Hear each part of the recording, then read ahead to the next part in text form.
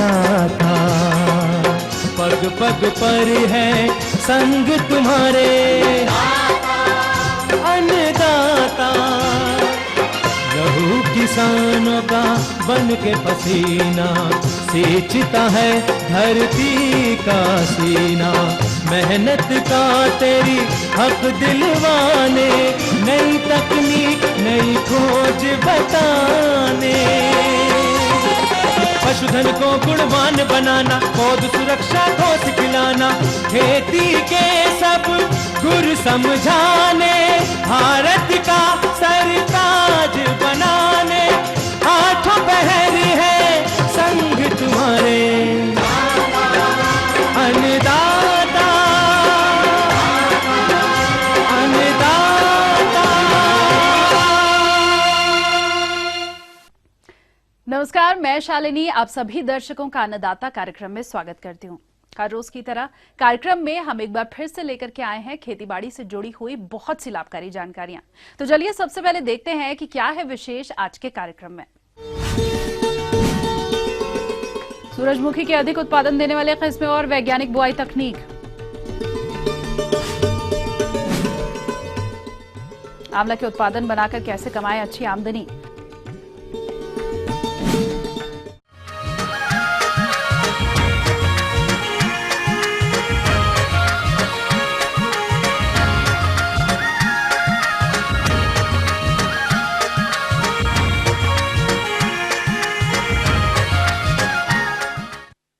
अपने प्रदेश के जो किसान भाई गर्म मौसम में सूरजमुखी की खेती करना चाहते हैं वो इस समय इसकी बुआई कर सकते हैं, लेकिन सूरजमुखी की फसल से अधिक उत्पादन लेने के लिए उन्नत किस्मों के चयन कर वैज्ञानिक तकनीक से बुआई करना जरूरी होता है।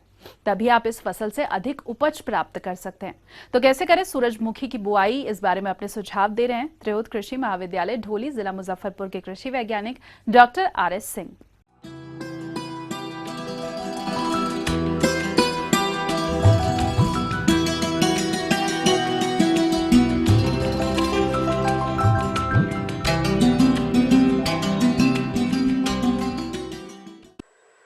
किसान भाइयों, अभी गर्मा सूरजमुखी के रोपाई का समय है।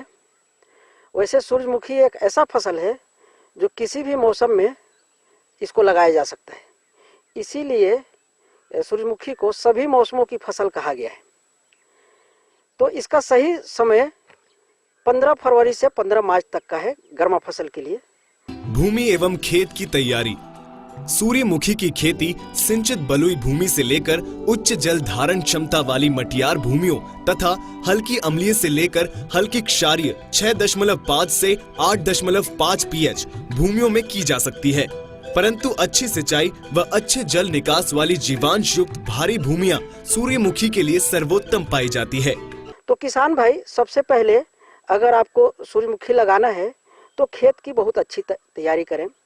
उसके लिए एक खेत की एक गहरी जुताई करें, उसके बाद 2-3 क्रॉस हैरोइंग करें या कल्टीवेटर से, और उसी समय जो मिट्टी में हानिकारक कीड़े रहते हैं उससे बचाव के लिए क्लोरपाइरिफॉस नामक जो 20% जो तरल दवा है उसका 2.5 से 3 लीटर 25 किलोग्राम बालू में मिलाकर समान रूप से 1 हेक्टेयर में छिड़काव कर दें।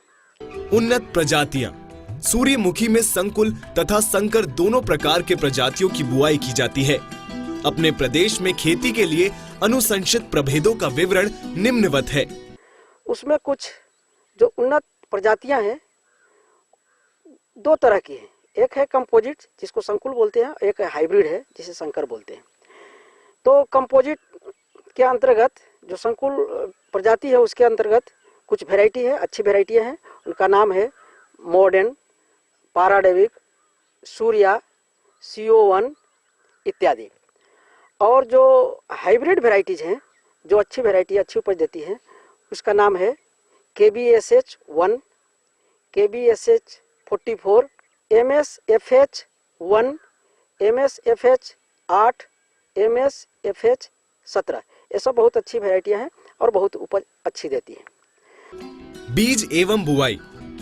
अच्छी जमाव हेतु संकुल प्रजातियों का प्रति हेक्टर 10 से 12 किलोग्राम तथा संकर प्रजातियों का 6 से 7 किलोग्राम बीज पर्याप्त होता है। बीज बोने से पहले 16 घंटे तक पानी में भिगोने के उपरांत 5 से 6 घंटे तक छाया में सुखाएं और थीरम, ब्रासिकॉल या एग्रोसान जीएन 2 ग्राम दवा प्रति किलोग्राम बीज की दर से उपचारित कर बुआई करें। अब उसकी कितनी दूरी होनी चाहिए? तो भाई संकुल वैरायटी के लिए आपको 45 सेंटीमीटर पंक्ति से पंक्ति और 20 सेंटीमीटर पौधे से पौधे के बीच की दूरी होनी चाहिए। लेकिन संकर वैरायटी के लिए आपको पंक्ति से पंक्ति 45 सेंटीमीटर और पौधे से पौधे के बीच की दूरी 30 सेंटीमीटर होनी चाहिए। उस एक जगह पे जो एक मेरा पॉइंट होगा उस पे हम 2 से 3 बीज गिराते हैं और जब 10 से 15 दिन के बाद अंकुरण हो जाता है, पौधे अंकुर जाते हैं, वो 3 से 5 सेंटीमीटर के हो जाते हैं, तो उस समय उसमें से एक स्वस्थ पौधे को सिलेक्ट कर लेते हैं और बाकी को हम लोग उखाड़ के फेंक देते हैं। खाद एवं उर्वरक का उपयोग। कम शक्तिशाली एवं जीवांश पदार्थ की कमी वाली भूमियों में बुवाई से 15 से 20 दिन पहले 100 से 125 क्विंटल कंपोस्ट प्रति हेक्टेयर की दर से मिला देना चाहिए। बुवाई के समय प्रति हेक्टेयर की दर से संकुल प्रजातियों में 30 किलोग्राम नाइट्रोजन, 80 किलोग्राम फास्फोरस एवं 40 किलोग्राम पोटाश देवें एवं प्रथम सिंचाई एवं फूल लगने के समय 15-15 किलोग्राम नाइट्रोजन का उपरिवेशन करें, जबकि संकर प्रजातियों में बुवाई के समय 40 किलोग्राम नाइट्रोजन, 10 किलोग्राम फास्फोरस एवं 40 किलोग्राम पोटाश डालें एवं पहली सिंचाई व फूल लगने के समय 20-20 किलोग्राम नाइट्रोजन का उपरिवेशन करें। इसके बाद में किसान भाइयों, आप खरपतवार नियंत्रण की बात आती है। तो सबसे पहले आजकल मजदूरों का मिलना बहुत मुश्किल हो गया है, महंगा भी है। तो इसके लिए किसान भाई एक बहुत अच्छी जो वीडीसाइड्स का नाम है, उसका नाम है पेंडिमिथालिन, जो कमर्शियल मार्केट में आता है, कमर्शियल प्रोडक्ट है। उसका 3 लीटर प्रति हेक्टेयर के हिसाब से 1000 लीटर पानी में मिलाएं और बुआई के पहले से दूसरे दिन के अंदर उसको बढ़िया से स्प्रे कर दें। तो इससे क्या होगा कि आपको चौड़ी पत्ती वाली और संकरी पत्ती वाली जो खरपतवार है उसका प्रभावी नियंत्रण करीब 1 महीना तक हो जाता है। उसके बाद में आप 40 या 45 दिन पे एक दूसरी निकौनी कर लें आप मैनुअल, और उसके बाद फिर खरपतवार नियंत्रण की कोई जरूरत नहीं पड़ती है। सिंचाई की संख्या भूमि विशेष, जलवायु एवं मौसम पर निर्भर करती है। फसल की अच्छी बढ़वार एवं उपज के लिए सक्रिय वृद्धि, फूल निकलते समय एवं दाना बनते समय भूमि में पर्याप्त नमी का होना आवश्यक है। इसलिए रबी में 2 से 3 सिंचाई पौधों के विकास के लिए, अंकुरण के लिए 15 से 20 दिनों बाद तथा कली लगने के समय किया जाता है। हवा चलते समय सिंचाई ना करें, अन्यथा पौधों के गिरने का डर रहता है। तो ये थी कुछ उपयोगी जानकारियां। अब लेंगे एक छोटा सा ब्रेक, जल्द हाजिर होंगे।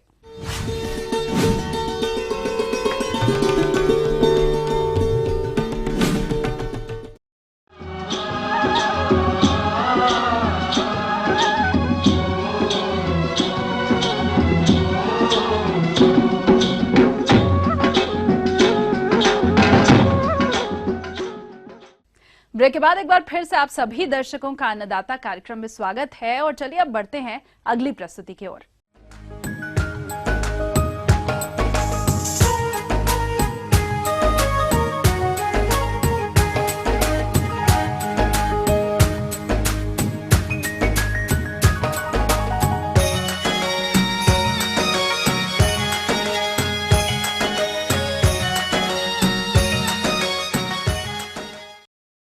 आंवला की खेती अपने राज्य के कुछ क्षेत्रों में की जाती है और जैसा कि अभी आंवला के फलों की तुड़ाई चल रही है, ऐसे में मंडी में आंवला के फलों की अधिक आवक होने से किसानों को इसका अधिक बाजार भाव नहीं मिल पाता है और किसान अपने आंवला के फलों को औने पौने दाम में बेच देते हैं। लेकिन आज हम आपको ऐसे एक किसान से मिलवाने जा रहे हैं जिन्होंने बाजार भाव के उतार चढ़ाव के चलते खुद ही आंवला के फलों को सुखाकर और इससे अन्य उत्पाद बना करके अच्छी आय ली है। तो देर किस बात की, चलिए मिलवाते हैं आपको जिला जयपुर के एक प्रगतिशील किसान प्रदीप व्यास से और जानते हैं उनके अनुभवों को। किसान भाइयों, हम जैसे भी ये आंवले का सूखा को तैयार करते हैं, उसमें इसको बॉईल किया जाता है और सुखाते हैं तो इसको अधिक मुनाफा मिलता है। जैसे हमने छोटा छोटा प्रोडक्ट घर पे ही चालू किया था उसको उबालने का, फिर इसको उबाल के हमने तैयार किया, मंडी में अगर व्यापारियों को देने लगे तो उसमें अच्छा एक मुनाफा हमें मिला, तो हमने इसको थोड़ा और आगे बढ़ावा दिया और आसपास के किसानों से भी इसको मंगवा के इसको तैयार करने लगे, तो उसका एक अच्छा में मुनाफा मिलने लग गया। किसान भाइयों, आंवला के फलों की अधिक पैदावार होने पर फलों की आवक अधिक होती है और मंडी में फल अधिक मात्रा में आने से किसानों को बाजार भाव बहुत कम मिलता है और ऐसे में कभी कभी तो किसानों को लागत मूल्य भी नहीं मिल पाता है, क्योंकि यदि फल बाजार में समय से नहीं बिके तो कच्चे फल जल्दी ही खराब हो जाते हैं। ऐसे में किसान भाई क्या करे, क्या है इस समस्या का समाधान? तो जैसे भी अगर हम बाज़ार में अगर सीधा कच्चे आंवले को भेजें तो उसका मुनाफा किसानों को कम मिलता है और किसान भाइयों को इसका जो मेहनताना है वो पूरा नहीं मिल पाता। तो इसमें अगर थोड़ा थोड़ा जैसे भी अपने किसानों से यही है कि इसको खुद के स्तर पर तैयार करके अगर बेचें तो इसका मुनाफा अधिक मिल सकता है। जी हाँ, यदि आप आंवला के फलों को सुखाकर बाजार में बेचते हैं तो इस तरह की समस्या से बच सकते हैं और आप अच्छी आय प्राप्त करके अपनी आर्थिक स्थिति को मजबूत कर सकते हैं। तो किसान भाइयों, इसमें क्या है कि जो बाजार अपन तैयार करते हैं सूखे आंवले को, तो 5 किलो ये गीला आंवला होता है ना, तो उसको उबाल के अपन जैसे तैयार करते हैं तो ये 1 किलो सूखा बैठता है और जैसे इसका 10 रुपये किलो का खर्चा आ जाता है, मतलब टोटल 5 किलो पे, तो अपने 40-45 रुपये किलो में तैयार हो जाता है। और जो बाज़ार में है इसका कम से कम 55-60 के भाव का रहता है और जैसे बाज़ार में अगर इसकी डिमांड ज़्यादा होती है तो 80-90 रुपये किलो तक भी बिक जाता है। ये तो हमारा बेचा हुआ है। जैसे भी अपन 6 रुपये किलो के हिसाब से अगर मंडी से माल खरीद के लाते हैं या लेते हैं तो उसकी अनुमानित खर्चा कंप्लीट 40 रुपये का पड़ जाता है। किसान भाइयों, यदि ये आंवला के फलों को बाजार में बेचते हैं तो उन्हें 6 रुपए प्रति किलो बाजार भाव मिलता है, लेकिन ये फलों को सुखाकर बेचते हैं तो इनको 5 किलो ताजे फलों को सुखाने पर 1 किलो सूखा आंवला प्राप्त होता है और इन सूखे हुए आंवलों का बाजार भाव मिलता है 55 से 57 रुपए प्रति किलो। यदि किसान भाइयों आंवला के फलों को सुखाकर बेचने की बात करें तो 5 किलो आंवला से 1 किलो सूखा आंवला बनाकर तैयार होता है। बाजार में ताज़ा आंवला 6 रुपए प्रति किलो के भाव से खरीदने पर इन्हें 5 किलो आंवले का खर्च आता है 30 रुपए। इसके अलावा फलों को गर्म करने के लिए ईंधन, सुखाना, मजदूरी इत्यादि पर कुल खर्च आता है 10 से 12 रुपए। इस प्रकार से आंवला के फलों को सुखाकर बेचने पर प्रति किलो कुल खर्च आता है 40 से 42 रुपए। किसान भाइयों, आंवला के फलों को सुखाकर बेचने पर इन्हें 55 से 57 रुपए मिलते हैं। यदि इस आय में से कुल खर्चा 40-42 रुपए निकाल दें तो इन्हें 14 से 17 रुपए शुद्ध लाभ मिल जाता है। तो इसको जैसे उबालते हैं उस टाइम पे एक सावधानी रखने की बड़ी बात है कि जो गुठली होती है ना उसको एकदम हटा दें। अगर इसमें सूखे में गुठली जाती है ना तो उसका बाजार में रेट एकदम कम कर देते हैं व्यापारी लोग। गर्म करके जब आप आंवला के फलों की गुठलियों को निकालते हैं तो इन्हें फेंके नहीं, बल्कि इन गुठलियों को बेचकर भी आय प्राप्त कर सकते हैं। और इनकी जो गुठली को अपन निकाल के इनको वेस्टेज न फेंके, इनको एकत्रित कर लें हो गई, तो ये भी करीबन 10% वेस्टेज निकलता है इसमें गुठली का वजन तो उसको भी 3-4 रुपये किलो में ये भी बिक जाती हैं, तो इसको आराम से उचित मूल्य पे बेच सकते हैं। इस पे आगे और भी है कुछ रोचक जानकारियां, पर यहाँ पर रुकेंगे एक और ब्रेक के लिए, जल्द हाजिर होंगे।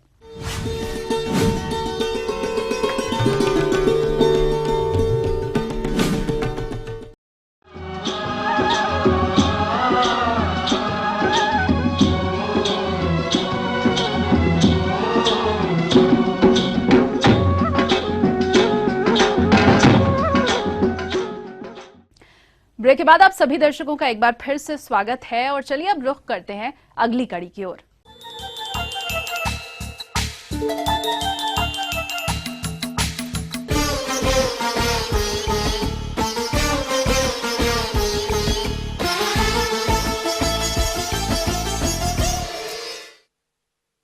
पॉली हाउस में कार्नेशन फूल की खेती करके प्रदेश के कुछ किसान अच्छा मुनाफा कमा रहे हैं, लेकिन इसकी खेती से अधिक लाभ प्राप्त करने के लिए कुछ वैज्ञानिक बिंदुओं को ध्यान में रखना जरूरी होता है।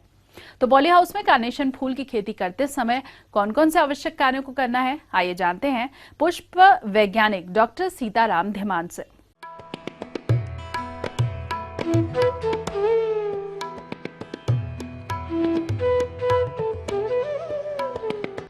कार्नेशन एक बहुत ही महत्वपूर्ण पुष्पीय फसल है।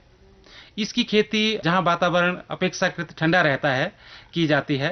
और पॉली हाउस में खेती करने के लिए भी हमें बेड प्रेपरेशन से लेके बेड्स में किस तरह की मिट्टी होनी चाहिए, इसके बारे में यदि बात करें तो सफल उत्पादन के लिए मिट्टी का चुनाव सबसे महत्वपूर्ण है। इसके लिए मिट्टी पोषण युक्त उर्वर मिट्टी जिसका पीएच मान 6 से 7 के बीच हो, वह सर्वोत्तम होती है। बेड के लिए यदि चिकनी मिट्टी है तो मिट्टी 55%, बालू 15%, कंपोस्ट 30% तथा धान की भूसी 4 किलो प्रति वर्ग मीटर दर होना चाहिए। बेड की तैयारी के पूर्व मिट्टी को रोग एवं कीट रहित करने के लिए 100 वर्ग मीटर के लिए 7 से 10 लीटर फॉर्मेल्डिहाइड दवा को 100 लीटर पानी की दर से मिलाकर पावर स्प्रे से छिड़काव कर उसे पॉलीथीन शीट से ढककर चारों ओर से दबा दें, जिससे मिट्टी में पड़ी दवाइयों से बनने वाली गैस बाहर न जाए। 3 से 4 दिन बाद पॉलीथीन शीट हटाकर मिट्टी में पानी भर दे तथा 3 से 4 दिन तक लगातार फावड़े की सहायता से पलटते रहना चाहिए। सुगमता पूर्वक सभी कृषि कार्य संचालन होने के लिए रेज बेड पर की जाती है और बेड की ऊंचाई 45 सेंटीमीटर तथा बेड की चौड़ाई 60 सेंटीमीटर एवं दोनों बेडों के बीच की दूरी 30 सेंटीमीटर होनी चाहिए। जहां तक खाद उर्वरकों की उपयोग की बात है तो बेड तैयार होने के बाद बेसल उर्वरक रूप में single super phosphate 2.5 kilogram magnesium sulphate, आधा किलोग्राम बायोजाइम ग्रेन्यूल्स, 200 ग्राम ह्यूमिगार्ड ग्रेन्यूल्स 200 ग्राम प्रति 10 वर्ग मीटर की दर से बेड के ऊपर की सतह में मिला देना चाहिए। तो लगभग किसानों को 10 रुपए 12 रुपए का एक पौधा जो है वो पड़ता है और 1 स्क्वायर मीटर में इसके लगभग 25 पौधे 15-15 सेंटीमीटर के डिस्टेंस पे या 20-20 सेंटीमीटर के डिस्टेंस पे 25 से 35 पौधे के बीच में हम एडजस्ट करते हैं। इसके पौधे जो हैं या तो हम बाहर से नर्सरी से जो कमर्शियल सप्लायर्स हैं, कंपनीज हैं, उनसे मंगवाने पड़ते हैं या फिर किसान अपने आप भी इसको तैयार कर लेते हैं। लगाने के इमीडिएटली बाद जैसे हमने पौधा लगाया, स्टेकिंग का कार्यक्रम भी चालू हो जाता है। 4 इसमें स्टेकिंग नेट 15 से 20 सेंटीमीटर की दूरी पर हम इसको लगाते हैं, जो आप देख रहे हैं। इसमें हम फर्टिगेशन 5 बार जो है वो दिन में लेवल को डिवाइड करके 5 बार हमने डिवाइड किया हुआ है साइकिल इसका। बीच में कुछ क्रियाएं ऐसी हैं जैसे पौधा हमने लगाया, लगाने के लगभग 15 या 20 दिन के बाद इसमें जो है वो ग्रोथ शुरू हो जाती है, वनस्पतिक वृद्धि, वेजिटेटिव ग्रोथ। फिर हम उसको पिंचिंग करने पड़ती है पौधे की। जब हम पिंचिंग करेंगे तो उसके बाद जो है साइड शूट्स निकलेंगी, शाखाएं निकलेंगी। तो एक पौधे पे हम जो है वो 4 से 6 शाखाएं रखते हैं और 4 से 6 शाखाएं रखने का मतलब है कि एक पौधे से हमें 4 या 6 फूल वाली डंडियां मिलेंगी, कट फ्लावर्स मिलेंगे। तो इस तरह से लगभग एक पौधे से हमें उसके लाइफ साइकिल में 15 से 20 फूल जो हैं वो प्राप्त हो जाते हैं। तो इस तरह से जो है इसका रेट मार्केट में मैं आपको बताऊं ये भी वेरी करता रहता है। साल में सर्दियों के मौसम में इसकी अत्यधिक डिमांड होती है, जब इसका जो पर बंच रेट जो है 250, 280, 290 इतने रुपए तक भी चला जाता है। वहीं गर्मियों में यदि हम बात करें तो मार्च, अप्रैल, मई, जून के महीने में इसके रेट जो है वो कम हो जाते हैं। तो कई बार किसान भाइयों को इसके फूल जो 50 रुपए 60 रुपए का बंच, जो 20 फूलों का एक बंच बनता है, वो भी बेचना पड़ता है। ऑन एन एवरेज जो है वो 100 रुपए का इसका बंच जो है वो मार्केट में चला जाता है। यदि किसान इसकी खेती से जुड़े तो मैं उनको बताना चाहूंगा।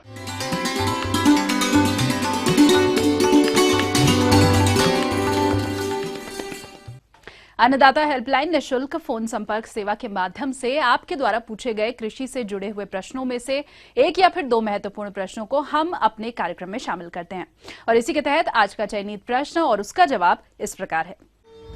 अन्नदाता निःशुल्क फोन संपर्क सेवा के माध्यम से पूछे गए प्रश्नों में से आज हमने जिस प्रश्न को कार्यक्रम में शामिल किया है उसे पूछा है घरपुरा जिला बेगूसराय के कृषक दीपक सिंह ने। इनकी गेहूं की फसल में पीला रतुआ रोग का प्रकोप देखने में आ रहा है। यह इसके नियंत्रण पर जानकारी चाहते हैं तो दीपक सिंह जी आपकी जानकारी हेतु प्रस्तुत है कार्यक्रम का यह अंश। अभी किसान भाइयों को सलाह दी जाती है कि किसान भाई आप गेहूं और जौ में खेत में विशेष निगरानी की जरूरत है। अभी पीला रतुआ रोग की शिकायत आ सकती है। गेहूं की फसल में इस समय पीला रतुआ रोग का प्रकोप देखा जा रहा है। इस रोग के कारण पत्तियों पर पीले रंग की धारियां दिखाई देती हैं, जो कि धीरे धीरे पूरी पत्तियों पर फैल जाती हैं। और जब इस रोग का उग्र प्रकोप होता है तब पत्तियों पर पीले रंग का पाउडर दिखाई देने लगता है। इस तरह से आप इस रोग की पहचान कर सकते हैं। और आइए अब जानते हैं इसकी रोकथाम के बारे में। तो इसके लिए किसान भाइयों को अब सजग रहने की आवश्यकता है। इस वक्त आप देखेंगे कि जब गेहूं की पत्तियों पर पीले कलर की धारियां पड़ने लगे तो आप ये सोच लें कि इस रोग का आक्रमण चालू हो गया है। तो इस रोग से निजात पाने के लिए किसान भाइयों ये जरूर ध्यान रखें, गंधक चूर्ण जो है उसको 25 किलोग्राम प्रति हेक्टर के हिसाब से हमें शाम के समय बुरकाव करना है, या फिर हमें प्रोपिकोनाजोल जो फफूंदीनाशक दवाई आती है इसको हमें 2 मिलीलीटर प्रति लीटर पानी के हिसाब से हमें छिड़काव करना है। और इस छिड़काव को हमें 10 से 15 दिन बाद वापस इसको दोहराना है।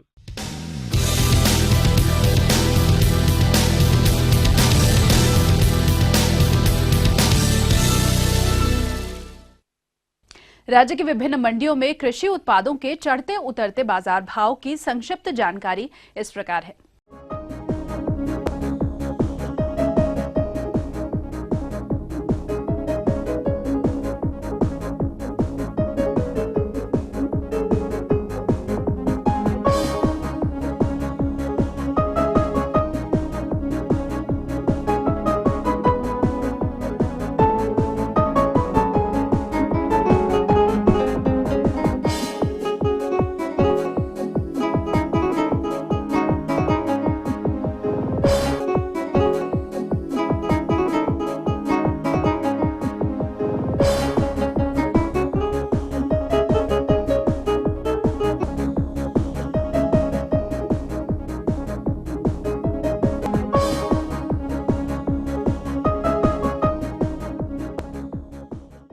और आइए अब देखते हैं कल दिखाए जाने वाले कार्यक्रम की मुख्य झलकियां। जायद मौसम में भरपूर उपज के लिए कैसे करें तिल की बुआई। आंवला के फलों को सुखाने की विधि पर एक सफल किसान से मुलाकात। हम ये उम्मीद करते हैं कि आज का कार्यक्रम आप सभी दर्शकों के लिए उपयोगी रहा होगा। किसान भाइयों, अन्नदाता आपकी सेवा के लिए संकल्परत है। कृषि संबंधित समस्या और सुझावों के लिए आप हमें इस पते पर संपर्क कर सकते हैं। प्रोड्यूसर अन्नदाता, ETV Bihar Jharkhand, Ramoji film city, Hyderabad 501512। साथ ही आप हमें ईमेल भी कर सकते हैं। हमारा ईमेल आईडी है annadatabihar@etv.co.in। इसके अलावा आप हमें निःशुल्क हेल्पलाइन नंबर 180010084599 पर सोमवार से शनिवार सुबह 10 से शाम 4 बजे के बीच संपर्क कर सकते हैं। तो फिलहाल अन्नदाता की पूरी टीम को दीजिए इजाजत। कल फिर से इसी समय आपसे मुलाकात होगी कृषि संबंधित कुछ और महत्वपूर्ण जानकारियों के साथ। नमस्कार।